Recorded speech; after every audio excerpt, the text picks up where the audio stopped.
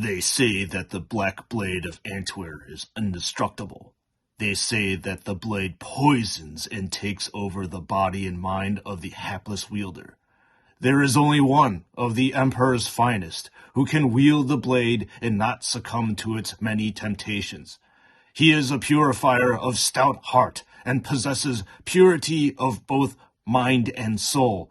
He is the unshakable and ever-vigilant Garran Crowe. Welcome on in, brothers and sisters of the chapter. This is Spruce and Studs, and today we're going to be reviewing probably one of the most highly anticipated action figures to be released by JoyToy to date. And we are going to be taking a look at Castellan Garran Crowe this time, and we will see exactly what this action figure is made of, and if it's actually going to be worth your hard-earned dollars to buy. So without further ado, let's get down to it. Let us release Crowe onto the Imperium. Let's go! Welcome on in, action figure lovers. So we are going to be actually jumping in on reviewing the bad guy of the whole entire action figure first, and that obviously is the Black Blade of Antwer, as you see in front of you. So let's take a look at the blade itself right now. And this is likely the most ornate and coolest looking sword amongst the JoyToy lineup.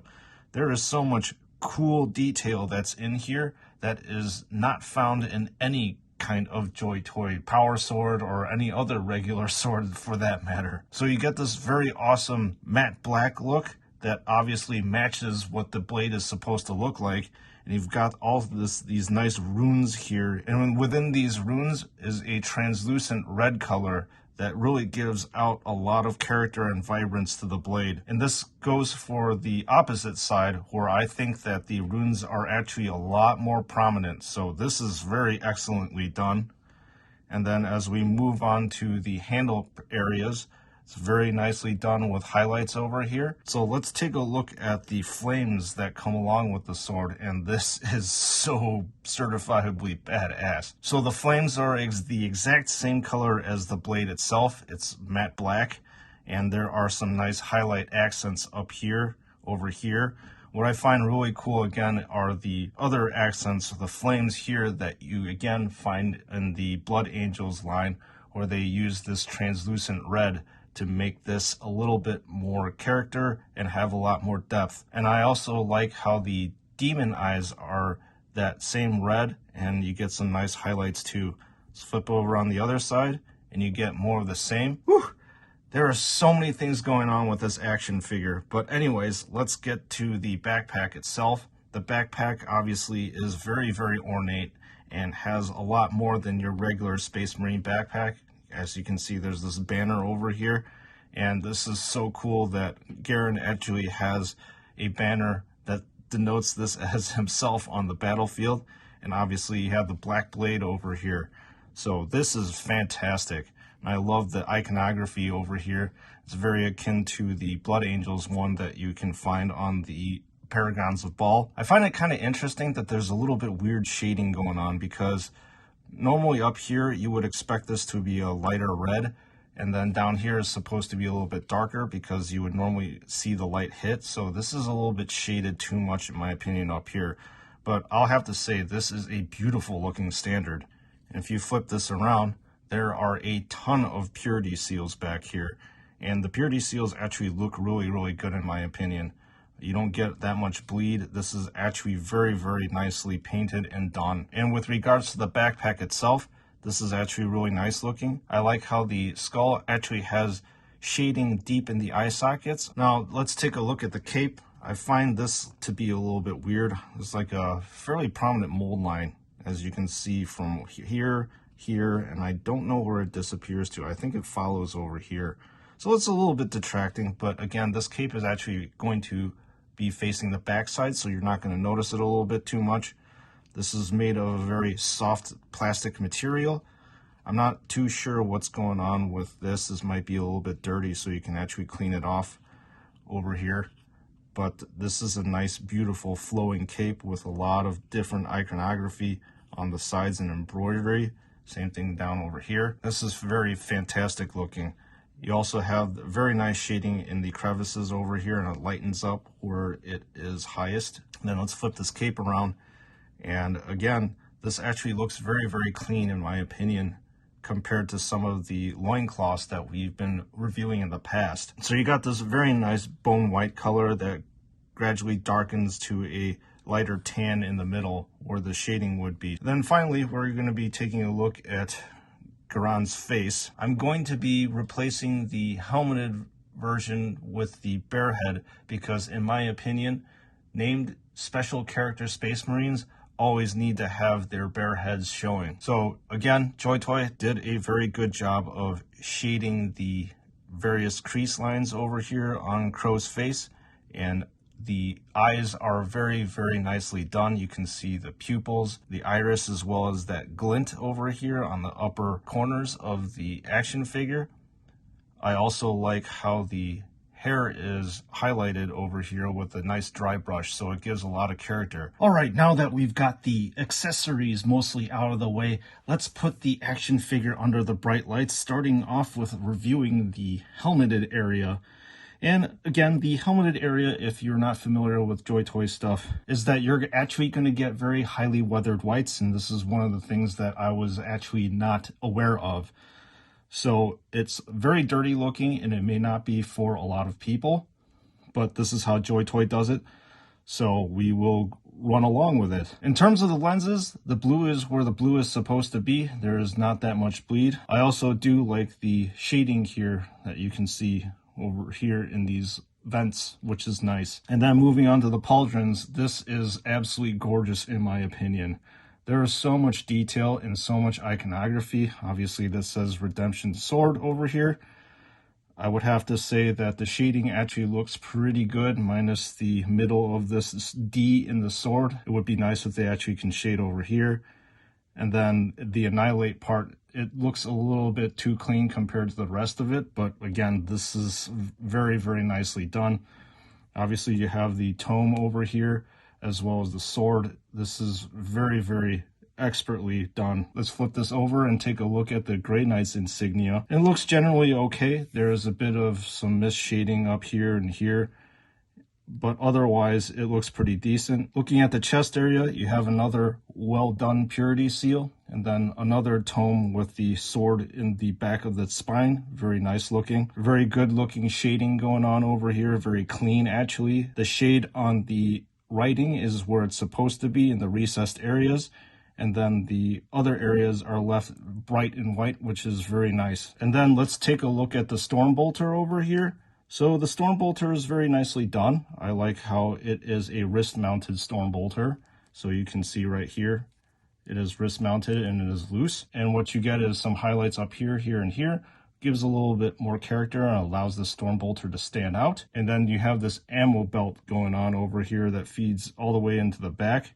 I'll have to say that the painting over here on the ammo belt is a little bit rough in my opinion, because you've got some uneven shading here, and it actually is pretty much predominant through the whole entire gun belt, as you can see. Now let's focus in on the waist, belt, and accessory. So you've got the bronze of the scroll over here that looks really nice, and then the parchment is actually left very well intact. And also you have this cool iconography that's hanging down. And then let's take a look at the legs. Of all the Space Marine legs that I have reviewed in the past, this is probably the most ornate one that I've seen to date. So obviously you have this nice and long purity seal over here, purity seal over here, and over here. These purity seals, I'll have to admit to you, look really good in terms of painting wise. There's probably the best I've seen yet JoyToy make. So you can tell they actually spent a lot of time individually painting this action figure, and rightfully so, because this guy is a Giga Chad. So you've got this banner that says Crowe. The banner is very nice, mainly because the shading is within the Crowe area. It's also in the Guardian area as well, and leaving the bronze area completely intact. You've got the Grey Knight symbol over here, which is really nice looking as well.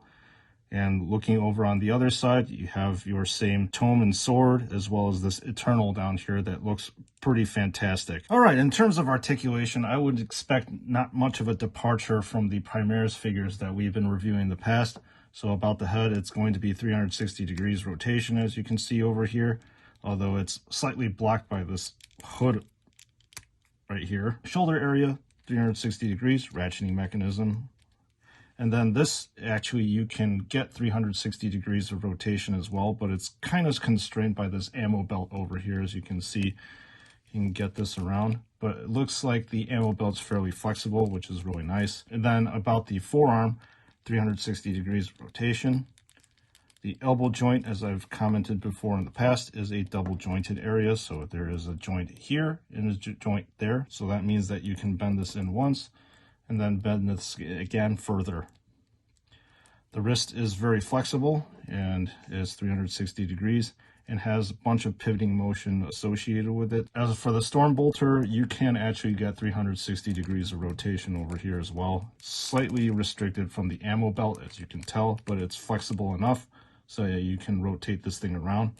And this is, again, very loose, as you can see. The chest and the torso area, this is where you get that wobble motion. About the torso and the waist, you're able to hopefully get 360 degrees of motion. Well, 180 from here, and then another full 180 like this. But if you want a full 360, I don't know if that's possible. And then about the leg area, you can kick this up 90 degrees up, and then you can kick it back as well, more than 90 degrees. The knees are double jointed, so you've got a joint here, and then you can move this part back once, and then you can push it back further. And then with the ankle area, there's plenty of wobble. And then finally, the feet have this mechanism here that you can add for more stability on posing. And now that the articulation is done, we're going to be replacing the helmeted version with the bare head version, and it's very easy to do. There's a ball and socket joint over here. You can just pop this helmet off like that, and then you can replace it with the head down here. Pops right in. So the next thing we're going to do is put on this very regal looking cape, and you put this on the back like that. And the cape is held together by the backpack and these two sockets. I'll demonstrate to you how that's done. It's very easy, like so. So some of you may be asking exactly how to separate the Black Blade of Antwerp from the flames, and it's actually very easy to do. So there is a holding point for the blade right here, over here, over here, and over here, and it's very simple. You just slide this blade in like so. Very easy, very simple, and very nice. So what I'm gonna do now is to fit Crowe with his cursed blade. And there you have it, folks. Crowe is fully outfitted, and I'll wrap this up with my final thoughts. So what do I think about this action figure? Get it now! If it hasn't sold out already. I'll have to admit, this is likely my favorite action figure that has been released by JoyToy to date. There is so much detail on Garran Crowe, it is absolutely phenomenal to me. The Black Blade of Antwerp is likely the most ornate sword I've ever seen an action figure to be wielding, especially on the JoyToy line. And just how the armor is decorated, there is so much detail over here, especially with the purity seals and the different letterings, as well as the sword and the tomes. It's just chock full of so much detail. This is likely also one of the best painted JoyToy action figures that I have yet to have the pleasure to review. I am very, very impressed with this action figure, and if you are a Space Marine fan, I would just say blindly get it while you still can. And I understand in some other websites exactly why this action figure sold out. It is really that good, and I highly recommend you to spend your hard-earned dollars on this one because you will not be disappointed. So this is Spruce and Studs. Again, thank you for watching. Please leave a comment in the comments section what you thought of this review, what you thought of this action figure based on the review, and if you're going to get this thing or not. And as usual, your viewership as well as your continued support is very, very much appreciated. So thank you again, everybody, for watching my videos. And as usual, I will see you all in the next one.